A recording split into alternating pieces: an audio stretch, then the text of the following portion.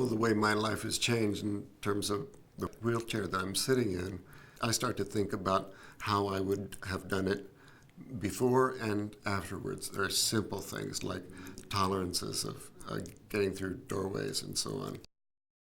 One day in the chair, you start to realize how little is done and how much is backward in particular.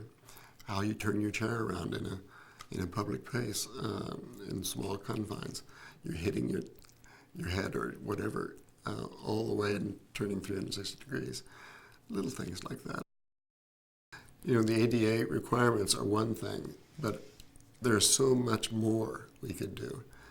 But, you know, it depends on a lot of factors. And I hate for it to be part of the budget left out and do the minimal kind of engagement with a wheelchair on the side of the building, please don't look, and all of that, you know, and just have the ceremonial front door that might be up 1 or 2 steps. You're gone.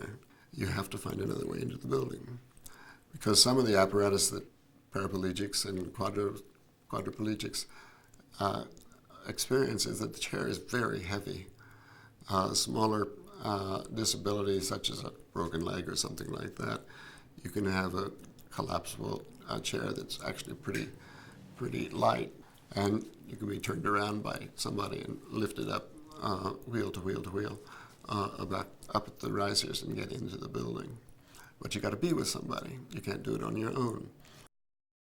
You don't want to necessarily chop the steps away and make everything a ramp, but I think there are inventive ways to get into a situation, into a building fabric without having to tear up the former one when it's so significant, but find a way which is equally interesting to get this disabled up to, let's say, the floor of the church or whatever.